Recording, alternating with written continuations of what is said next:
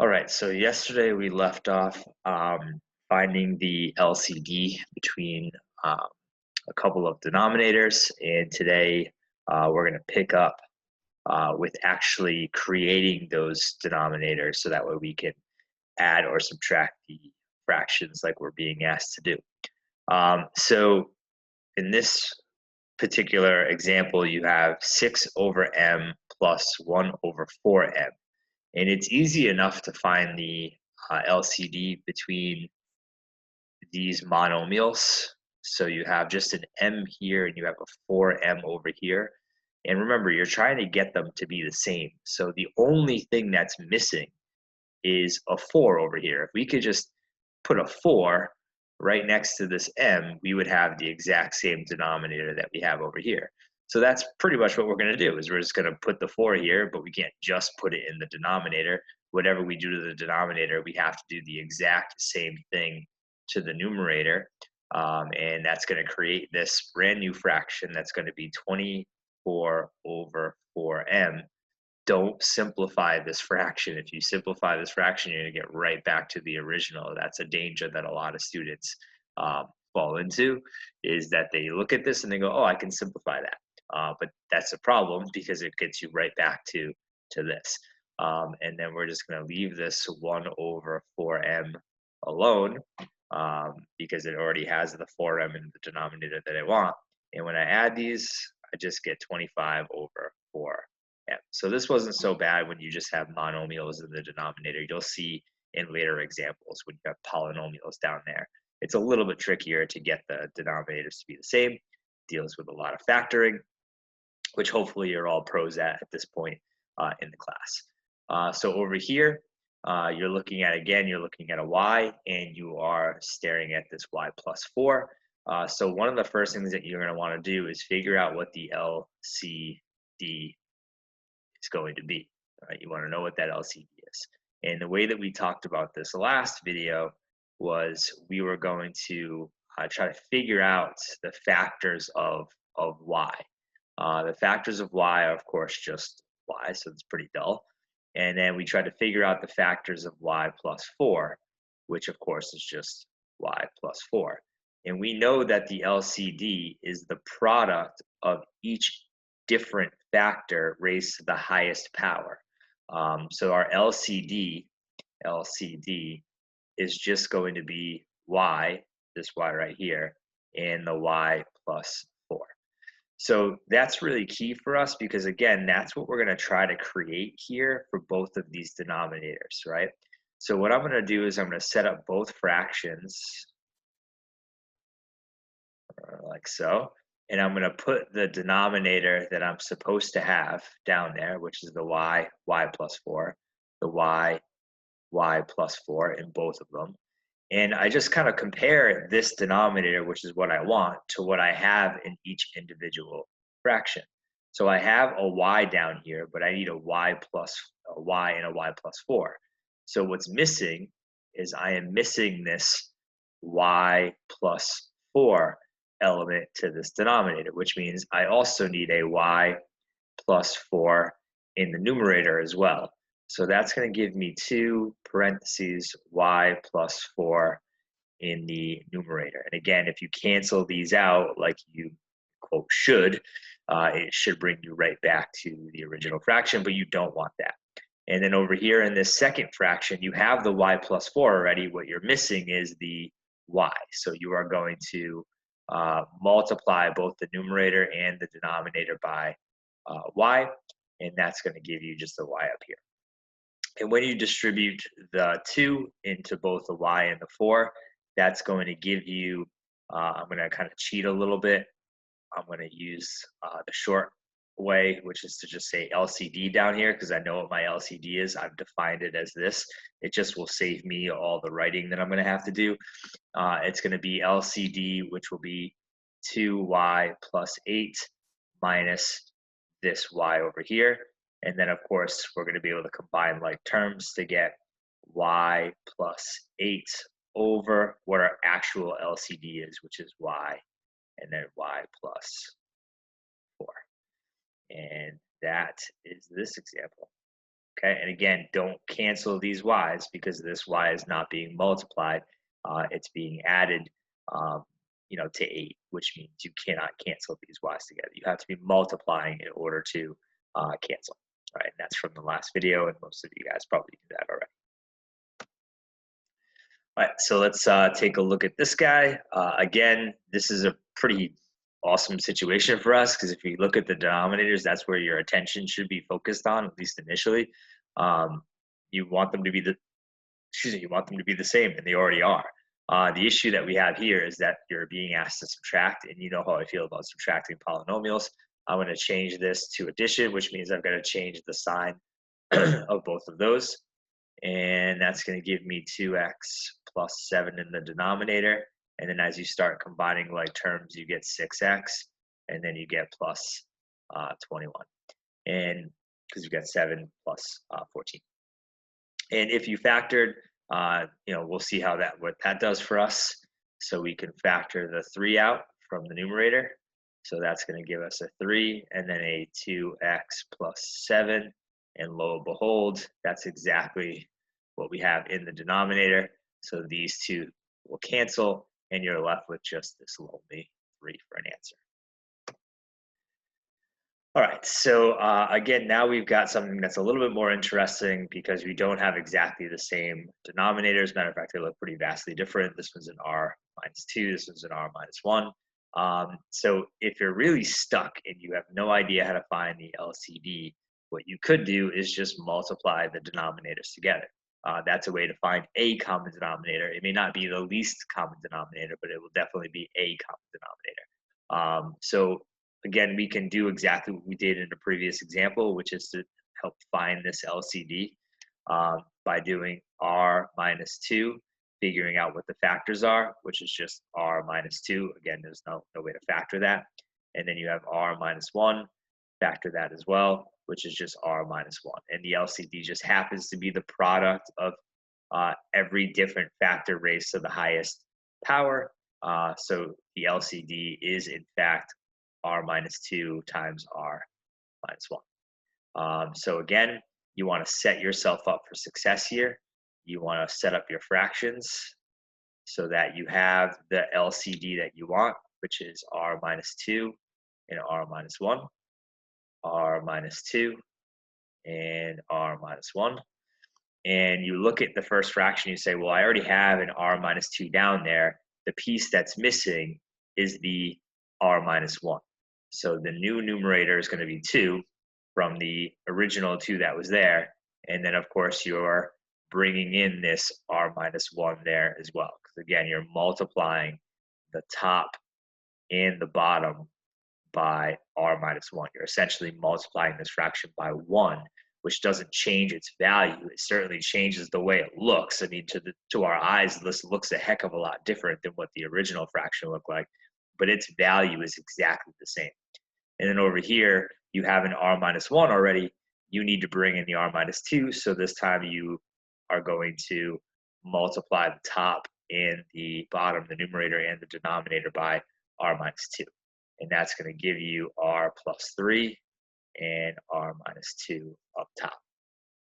And what happened here? All right, sorry about that. Technology.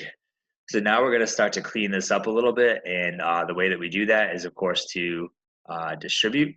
So we're going to distribute there, and then we're probably going to have to FOIL this out to figure out what that quadratic trinomial is going to be.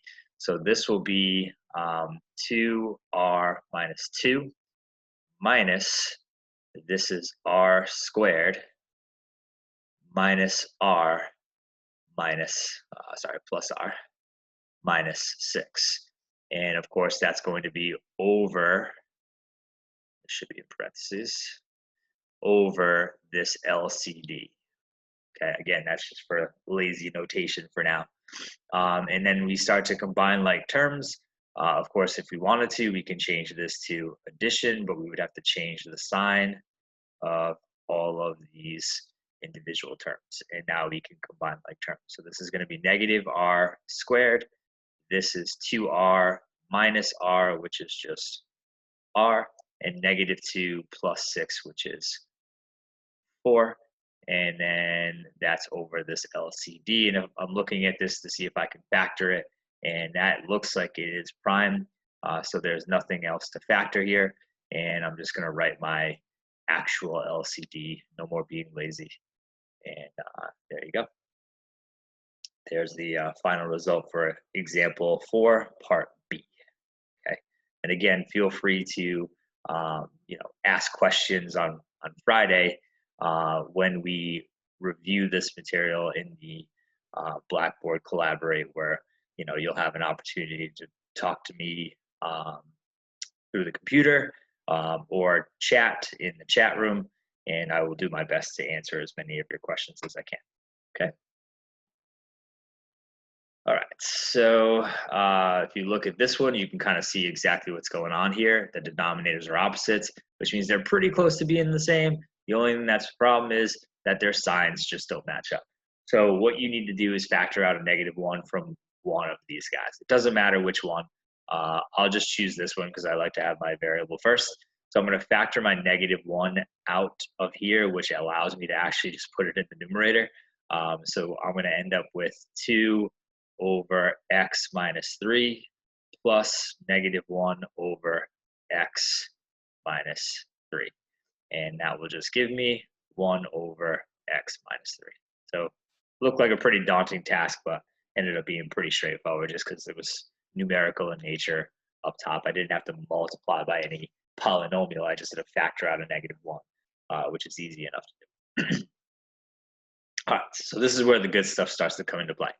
So now we've got 3, unique denominators here, and we need to figure out what the LCD is, of course. So we're going to figure out what this LCD is, and the way that we do that is kind of the same way that we've been doing it. Is we're going to go ahead and just figure out what the factors are of all 3 of these denominators, and then we'll use that information to figure out what the LCD is.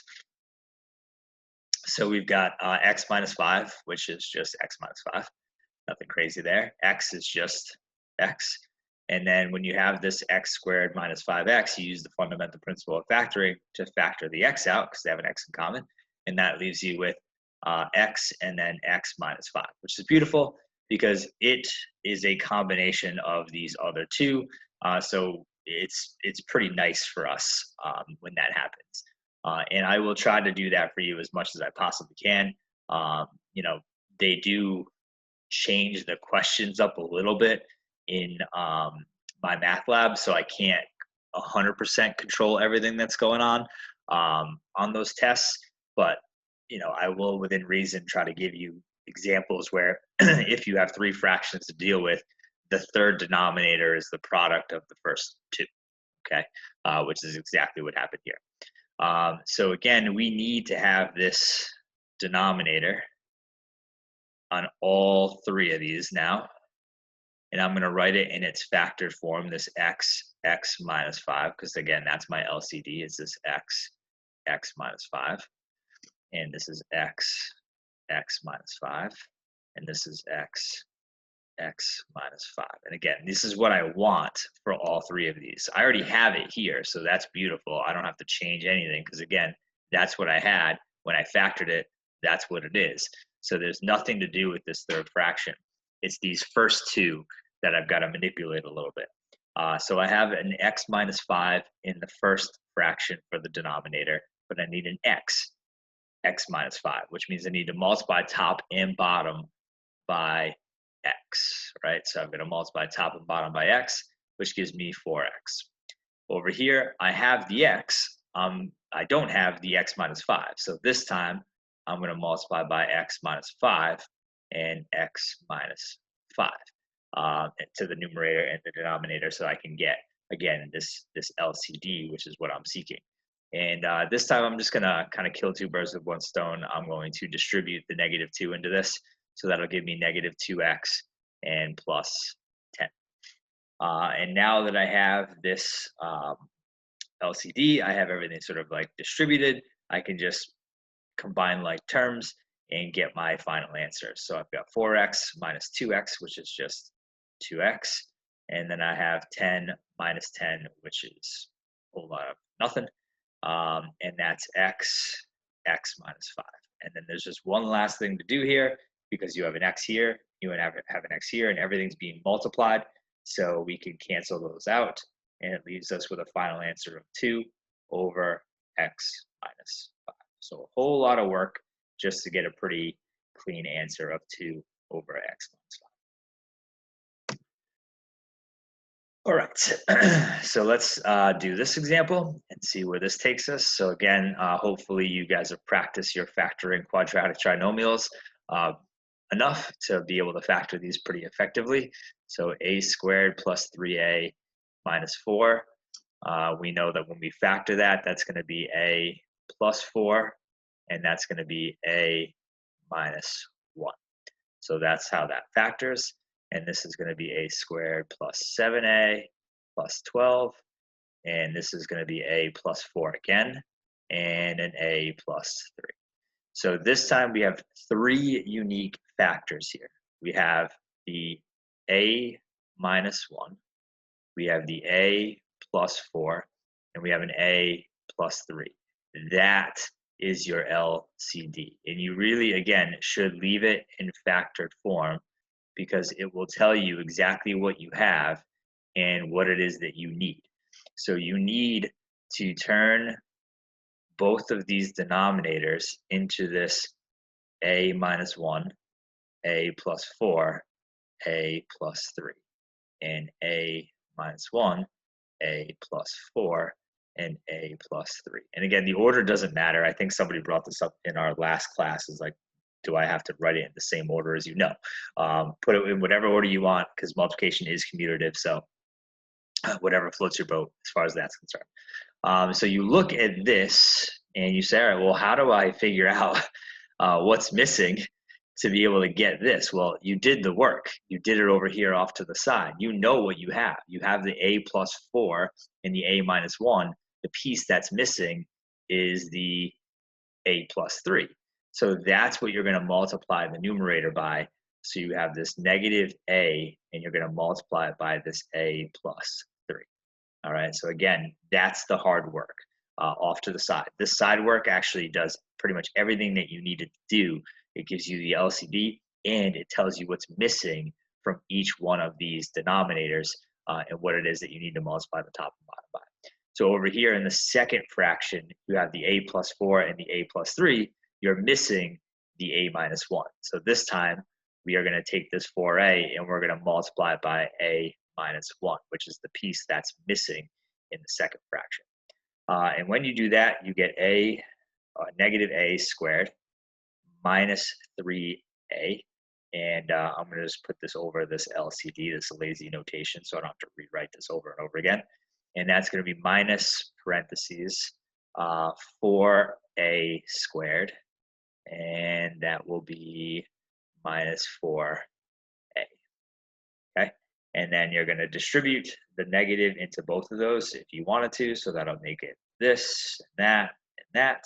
And now we can start to combine like terms even more, which will give us negative 5a squared, and that's going to be plus just an a. And if I tried to factor that, I'm not going to get anything good out of it, so I'll just leave it alone. And it's going to be a minus 1, a plus 4, and a plus 3. Done. Again, MyMathLab, I haven't tested it out yet. I will find out sooner rather than later and let you know. You may have to actually FOIL this out to figure out what the polynomial is down there. I hope that that's not the case, because this really should be a totally acceptable answer. Because just in case you ever need to use this for something, it's in factored form, and hopefully if you have to multiply this with some other fraction, you'll be able to cancel, one of these denominator factors out, and it just makes your life easier. It's already in its factored form to do that. So I will find out from MathLab, and then I will let you know. Okay. All right, so we'll do one more of these, and then I think we are going to move on to our last section for the week, which is 6.3. So once again, I'm going to figure out what the LCD is by taking this p squared minus 6p plus 9 and factoring it. And when you factor it, you get p minus 3 and another p minus 3. So nothing crazy there.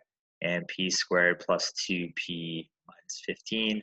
When you factor that, you're going to get p plus 5 and a p minus 3. So this time you have 2 of these p minus 3s because, again, it's p minus 3 squared, highest exponent. It's part of that LCD. But again, it's probably better to just write it out in expanded form. So your LCD is p minus 3, p minus 3, and p plus 5. All right, so that's what we want. So let's bang that out. And we're adding. So again, p minus 3, p minus 3, p plus 5, p minus 3. And you can see why I use that lazy notation, because it gets pretty tedious to have to write this out every single time. But again, this is what you had. You had both of these p minus 3s. You're missing the p plus 5 up here. So this is going to be 4p plus 20. And basically what I did was I just distributed, right? So I made myself a little bit easier here, and I distributed it already. In the second fraction, you have the p plus 5 and the p minus 3. One of the p minus 3s, you need 2 of them. So you need to, sorry, it should be minus. You need to insert this p minus 3, which is just going to give you p minus 3, because 1 times p minus 3 is just p minus 3. And now again, we combine like terms. So that's going to give us 5p minus 17, nothing to factor there. And then I'm going to have this LCD, and rather than write that whole thing out again, I'm just going to use my lazy notation. Sorry, my hand is starting to hurt already. So there it is. Okay, so again, this side work of factoring each denominator is really the key to setting yourself up for success, because you have your LCD, you have what you have already, and then you can easily say, all right, well, this is missing from here. So if that's missing, you need to insert it. All right, and the same thing is happening in the second one. Well, this is what you need, this is what you have, and you're missing one of these p minus 3s, which is why we put it in here in the second fraction. Okay, so 6.3 is generally students' like least favorite section, or one of the least favorite sections in the book, just because it looks pretty daunting, and they can get pretty nasty. I'm going to try and pick problems that aren't so complex, pun intended, I guess. But I'm going to show you a couple of methods, and there really is a time and a place as to when to use each method. And I'll try to do my best to tell you when that is. I'm going to ignore the directions which says use method 1 and use method 2. I'm just going to tell you the path of least resistance to do those particular problems. All right. So here are examples of complex fractions, and you can see why this is students' least favorite section, or one of the least favorite sections, because the fractions just look nasty, right? You have fractions within fractions, and that's what makes this have that shock factor of this is going to be really hard. But the better you are at factoring, the better you are at finding the least common denominator, the easier these problems are to do. All right. So when you look at these steps, it says simplify the numerator and denominator separately. Divide by multiplying the numerator by the reciprocal of the denominator. Essentially, keep, change, flip. Because remember, a fraction is division, right? So this is 2/3 divided by 4/9. And if we write it this way, then we know that this is really 2/3 times the reciprocal, 9/4. And now this is much easier for us to do because we can simplify before we multiply, and we're going to be able to get everything we need out of this problem. All right, so that's essentially what method 1 is all about. It's to use that keep, change, flip method. That would be a terrible idea to use on these type of fractions. Using that whole idea of keep, change, flip. Just a bad idea whenever you have this like mixed number situation going on. you really want to have an entire fraction over another entire fraction, just like you have an entire fraction here over another entire fraction. You can use keep, change, flip to be able to do this with, again, the path of least resistance. So if you have an entire fraction divided by an entire fraction, feel free to use method 1, which is to just multiply by the reciprocal. If you have one of these situations, then I'll show you what to do, which is basically method 2. Okay. All right, so let's take a look at this. So again, you have some entire fraction, one fraction, divided by an entire other fraction. So we're going to be able to use that method. So we've got y plus 2 over y, change it to multiplication, and then flip the fraction. So take the reciprocal, so y minus 2. And there's not a whole lot that we can do here, but we can cancel out those y's. And that will give us 3y plus 6 over y minus 2. So again, it looked like it was pretty daunting at the beginning, but we were able to simplify that, and it probably took us less than 20 seconds to do. Okay. All right, this one, again, I am not going to do method 1. I just think it's a terrible idea to do that, because how do you flip this, right? In order to flip this, you have to create one fraction, and it's just not it's probably more harm than good. So I'm going to do what's called method 2 in this book. You don't know what that is yet, but I'm about to show you. Look at what is in the denominator. All right, so you see just an x over here, and you see just an x over here. So look at what the LCD is between the denominators of each respective fraction. All right, so you have an x here and you have an x here. So the LCD between x and x is just x. So what we're going to do is we're going to multiply the top and the bottom, the numerator and the denominator, by the LCD, which is just x. And when you do that, you have x times 4, which is 4x. You have x times 3 over x, which means the x's are going to cancel, and that leaves you with just minus 3. So numerator simplified pretty easily, pretty quickly, just immediately canceled out those x's. And then, of course, don't forget to multiply the 4 by the x as well. Very similarly, the same thing is going to happen down here. So x times 5 is going to be 5x. And then x times 1 over x is just going to be 1. So we're going to have that minus 1. And that's it. That was about as quick and painless as it gets. So if your fractions, again, have this like mixed number feel to them, where you have a whole number and a fraction up there and a whole number and a fraction down there, go ahead and use this other method, which is just the multiply by the LCD. All right, so we're multiplying the numerator and the denominator by the LCD. Essentially, we're multiplying by 1, right? X over x is just 1. Okay, so again, we're going to look at this, and this one's a little bit more complicated, but it's definitely a heck of a lot easier to use this method 2 than it is to use a keep, change, flip method, because you can't really flip this guy. All right, so again, we have to find out what this LCD is. So LCD is going to be y, because there's a y down here, and a y plus 1. So y plus 1. So that is what I'm going to multiply the numerator and the denominator by, is this y plus 1, and this y plus 1. And this one's going to get a little hairy, but we're still going to be able to do this with almost no struggle at all. Because when you multiply this y plus 1 times 3y, you get 3y squared, and also the y plus 1. And we'll worry about distributing in a minute, okay?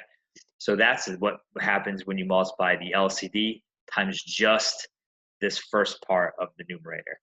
And then when you multiply this LCD by the second part of the numerator, the y plus 1s cancel out, and you're left with just this 4y, all right? Because again, this y plus 1 and this y plus 1 cancel, and you're left with just the y and that 4, Okay, so that's your numerator.